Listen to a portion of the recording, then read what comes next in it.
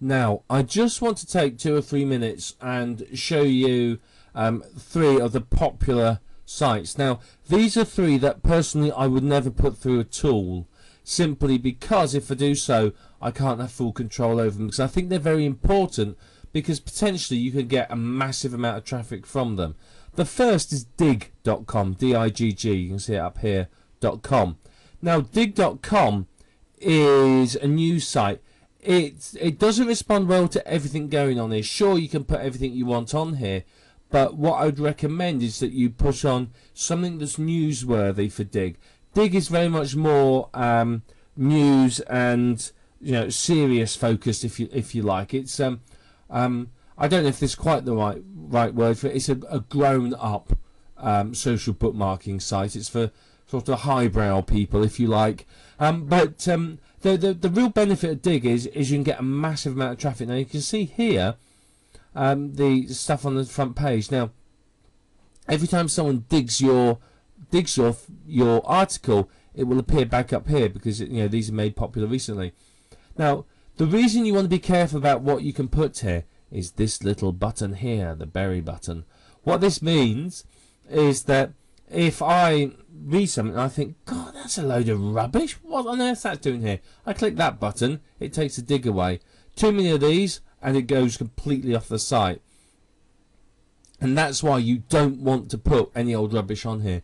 This is where you put your best articles, your most controversial, your most newsworthy stuff that's going to grab people's attention.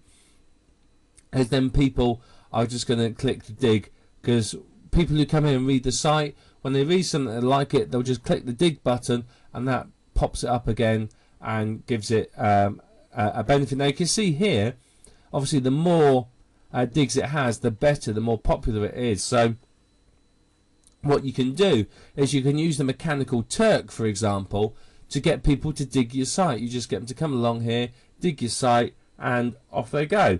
Very, very simple. So yeah, this is very, very, very easy to do. But you can see from the categories up here, it is much more serious, much more newsworthy. So you need to make sure that whatever you're doing is going to sort of squeeze into one of these categories. And you can see here, if I click on all these, the different links. So they don't have the variety of links that, say, Easy in Articles does. So as long as you can squeeze into one of these, then you're all right. You'll be fine. But you've got to think a little bit more with Dig, and make sure you get the right information on here. Now this is the second site I wanted to show you. It's called StumbleUpon. Basically what StumbleUpon is the idea behind it is you find a site of interest, you think, wow, that's fun, and you submit it to StumbleUpon because you stumbled upon it. And what happens is other people come here and they too can stumble upon it. So if I click self-improvement popular niche and click start stumbling, then it will come up and it will show us. This is a bit more of a social site than, say, Dig is. And the process is people stumble upon it, they read it and go, am I interested? I like it. Am I not interested? No. And they move on. And every time you click stumble, it will take you to another random site in that category. So you can see it, we can just go through this forever. So actually StumbleUpon is a very popular site with people who use it. It really is. It's quite a high traffic site, and the thing with StumbleUpon is it responds better to offbeat stuff, things that are on the edge, things that are controversial, things that are funny, and so on and so forth. It's not as serious as Dig.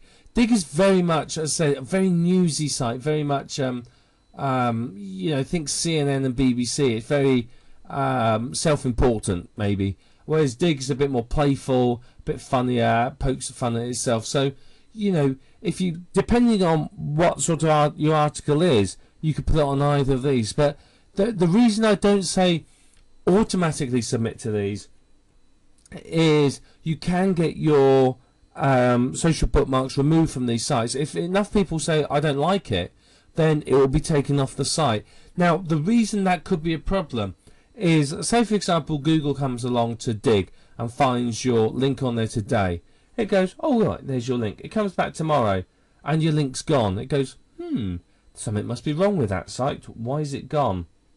So it can actually damage you to have your links taken off these sites. It can damage your search engine rankings. So I'd be very, very careful about that. But what I would also recommend is you do the other big site like Facebook and MySpace. MySpace I don't particularly use, so I would let it do it automatically. But my Facebook account, yeah, I would do that manually as well. Same with Twitter. What I would do is I wouldn't perhaps automate submitting everything to Twitter. What I might do is I might say, well, I don't want. I might have, say, a main account, my main account in a certain niche for Twitter, and I'd only want things related to that niche appearing on it. So I may set up a junk Twitter account with just a number of followers set on autopilot that basically everything goes to, and then what I would do is I would submit I'd tweet about topics relating to niches that I have accounts in, so that it's all relevant. So you do have to think a little bit about social bookmarking. A lot of people just run in there blindly and bookmark everything in sight without thinking about a strategy. But as I said, with Facebook, have 2 Facebook accounts. Have your one that you'll bookmark anything on. Have your ones in various niches that you're working on, and only submit to those niches things that are relevant to those niches. Same with all the other big sites. Once you've gone beyond like Twitter, Facebook, Delicious, Stumble Upon, Dig, who cares? A lot of the little ones, it doesn't really matter so much. But the big giant main sites, you want to take care of them, and you want to make sure that you do them properly, because that's going to save you an awful lot of time. It's going to make sure you have relevant links linked together. It's going to, I think it benefits you in the search engines basically, and it benefits you if you built up a Twitter list of followers who are interested in your niche, and your niche is say dog training. Suddenly you start posting stuff about how to lose weight.